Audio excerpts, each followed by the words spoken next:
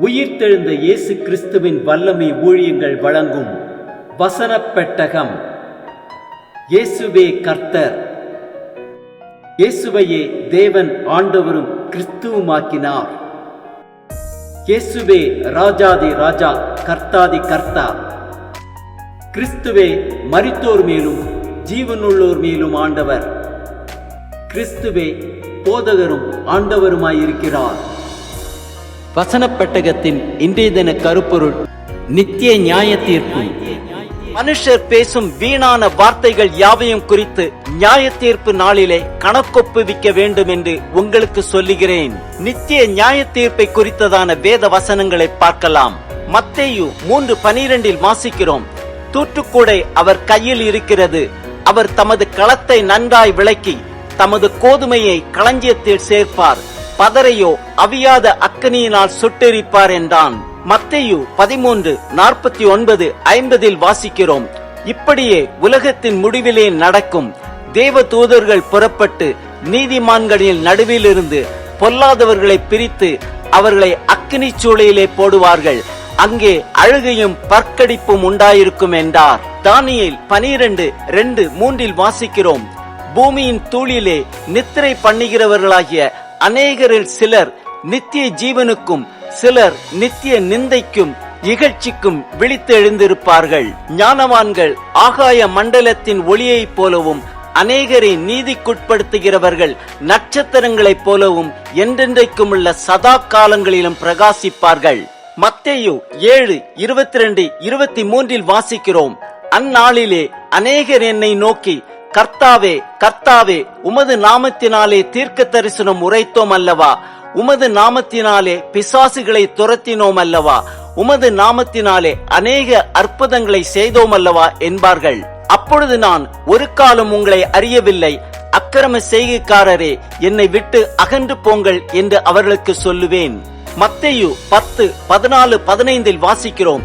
எவனாயிலும் உங்களை ஏற்றுக்கொள்ளாமலும் உங்கள் வார்த்தைகளை கேளாமலும் போனால் அந்த வீட்டையாவது பட்டணத்தையாவது விட்டு புறப்படும் போது உங்கள் கால்களில் படிந்த தூசியை உதறி போடுங்கள். நியாய தீர்ப்பு நாளிலே அந்த பட்டணத்திற்கு நேரிடுவதை பார்க்கிலும் சோதோம் கொமாரா நாட்டிற்கு நேரிடுவது இலகுவாயிருக்கும் என்று மெய்யாகவே உங்களுக்கு சொல்லுகிறேன். மத்தேயு 11:22 வாசிக்கிறோம். நியாய தீர்ப்பு நாளிலே உங்களுக்கு நேரிடுவதை பார்க்கிலும் தீருவுக்கும் சீதோனுக்கும் நேரிடுவது இலகுவாயிருக்கும் என்று உங்களுக்கு சொல்லுகிறேன். மத்தேயு 12:37 வாசிக்கிறோம். ஏனெனில் உன் வார்த்தைகளினாலே நீதிமான் என்று தீர்க்கப்படுவாய், அல்லது உன் வார்த்தைகளினாலே குற்றவாளி என்று தீர்க்கப்படுவாய் என்றார். மத்தேயு 12:41-42 வாசிக்கிறோம். யோனாவின் பிரசங்கத்தை கேட்டு நினிவே பட்டணத்தார் மனம் திரும்பினார்கள். இதோ, யோனாவிலும் பெரியவர் இங்கே இருக்கிறார். ஆதலால் நியாய தீர்ப்பு நாளிலே நினிவே பட்டணத்தார் இந்த சந்ததியாரோடு எழுந்து நின்று இவர்கள் மேல் குற்றம் சுமத்துவார்கள். தென் தேசத்து ராஜஸ்திரி பூமியின் எல்லைகளிலிருந்து சாலமோனுடைய ஞானத்தை கேட்க வந்தாள். இதோ, சாலமோனிலும் பெரியவர் இங்கே இருக்கிறார். ஆதலால் நியாய தீர்ப்பு நாளிலே அந்த ராஜஸ்திரி இந்த சந்ததியாரோடு எழுந்து நின்று இவர்கள் மேல் குற்றம் சுமத்துவாள். மத்தேயு 13:30 வாசிக்கிறோம். அறுப்பு காலத்தில் நான் அறுக்கிறவர்களை நோக்கி, முதலாவது களைகளை பிடுங்கி அவைகளை சுட்டெரிக்கிறதற்கு கட்டுகளாக கட்டுங்கள், கோதுமையையோ என் களஞ்சியத்தில் சேர்த்து வையுங்கள் என்பேன் என்று சொன்னான் என்றார். மத்தேயு 13:40-43 வரை உள்ள வசனங்களில் வாசிக்கிறோம். ஆதலால் களைகளை சேர்த்து அக்கினியினால் சுட்டெரிக்கிறது போல இவ்வுலகத்தின் முடிவிலே நடக்கும். மனுஷகுமாரன் தம்முடைய தூதர்களை அனுப்புவார். அவர்கள் அவருடைய ராஜ்யத்தில் இருக்கிற சகல இடரல்களையும் அக்கிரம செய்கிறவர்களையும் சேர்த்து அவர்களை அக்கினி சூளையிலே போடுவார்கள். அங்கே அழுகையும் பற்கடிப்பும் உண்டாயிருக்கும்.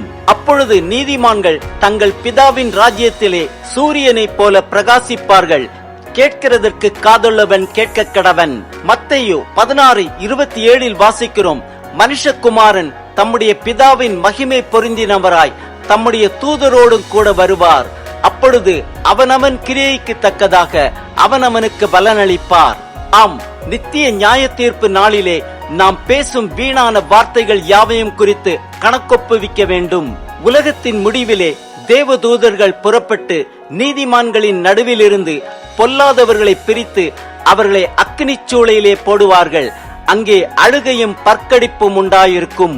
நித்திய நியாய தீர்ப்பை குறித்ததான உணர்வுள்ள இருதயத்தை தேவன் தாமே நம் ஒவ்வொருவருக்கும் கொடுப்பாராக. ஆமேன்.